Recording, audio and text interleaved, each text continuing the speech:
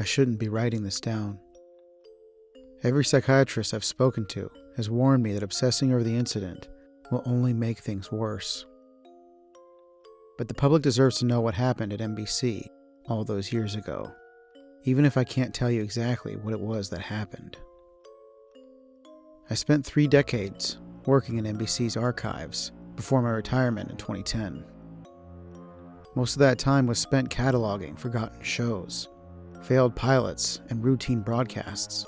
But there's a gap in our records that no one talks about. A missing episode of H.R. Pufnstuf that officially never existed. The production logs tell us it was called the Birthday Episode. That's all we know for certain. Everything else I'm about to share comes from fragments of incident reports, medical records, and the incoherent ramblings of those who were there. None of them could ever tell us what they actually saw. The first warning sign came during production. 3 crew members were committed to psychiatric care during filming. Their medical records describe identical symptoms: uncontrollable tremors, glossolalia, which is communicating in unknown languages, and an obsessive need to draw circles with eyes inside of them. When shown photos from the set, they would become hysterical, screaming about the thing wearing the dragon. Charles Morton, the actor who played H.R. Pufnstuf, vanished 2 days before filming completed. They found his car in the Mojave Desert, the driver's seat filled with Polaroid photos.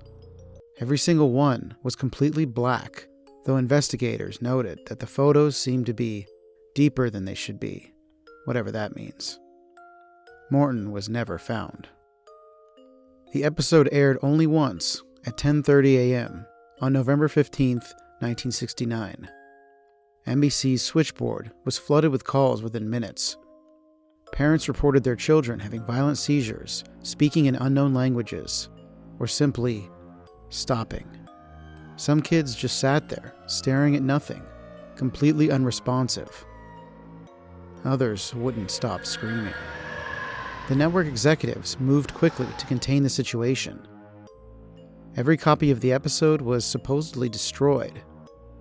The official story blamed a technical glitch that caused seizure-inducing flashes, but that doesn't explain what happened to the adults who saw it. The camera operator, Ted Mitchell, was found in the broadcasting booth after the airing. According to the incident report, he had gouged his own eyes out with his keys. His last words before being sedated were, "It's the only way to stop seeing it." The most complete account we have comes from Marion Hayes, a Standards and Practices reviewer who had to watch the episode before broadcast.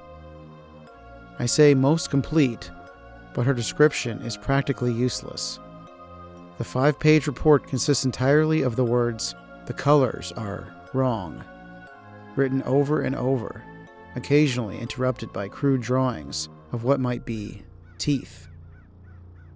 The episode's runtime was listed as 22 minutes, but viewers' accounts suggest it felt much longer.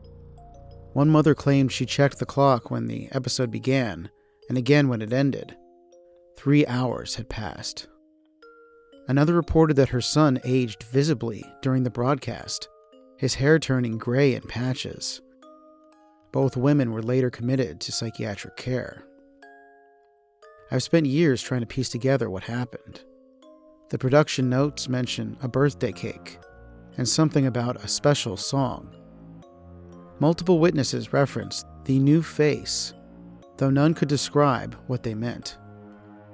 The word underneath appears in almost every account, but always in different contexts. In 2008, I had a breakthrough.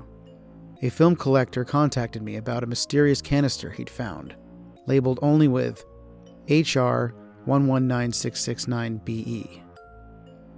He never got to watch it. The day after he got home, he suffered a massive stroke.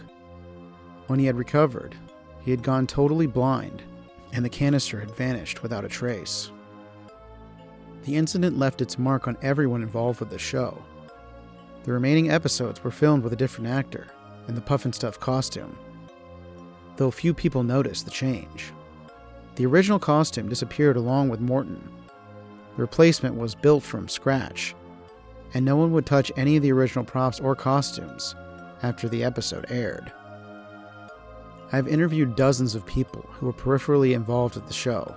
Most refuse to discuss it. Those who do can never quite describe what they remember. The studio archives contain a single folder related to the incident. Inside is a memo ordering the destruction of all copies, a list of affected viewers, heavily redacted, and a single frame of film. I've never looked at it directly, but when viewed in a mirror, it appears to be a simple production still of H.R. Pufnstuf, only there's something off about the proportions, as if the costume is empty yet somehow standing on its own. I'm retiring from my investigation after this final report. Last week, I received an unmarked envelope containing a birthday card. Inside was a single sentence written in crayon. The costume is empty. Something still walks inside. I tore up the card immediately, and I've been trying to forget it ever since. The official stance is that the birthday episode never existed.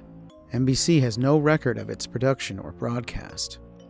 The families affected by watching it have either passed away or stay silent. But sometimes, when I watch old episodes of H.R. Pufnstuf, I notice something that turns my blood cold. There are moments when the characters cast no shadows at all. Yet in the same scenes, if you look at the back wall of the set, you can see the shadow of something much larger standing just off camera. Its proportions all wrong for any puppet costume used in the show. I don't know what was in that episode. Nobody does. Not anyone who's still sane enough to tell us. But I know this. Something came through our televisions that day in 1969. Something that was never meant to be seen by human eyes. And somewhere out there, in a forgotten storage room or private collection, a film canister contains 22 minutes of footage that drove dozens of people mad. This document was found in the personal effects of former NBC archivist William Parker. Parker disappeared in 2018 after reporting that his television had started turning itself on at 10:30 a.m. every day. His final journal entry mentioned hearing children singing "Happy Birthday" through his walls, even though he lived totally alone.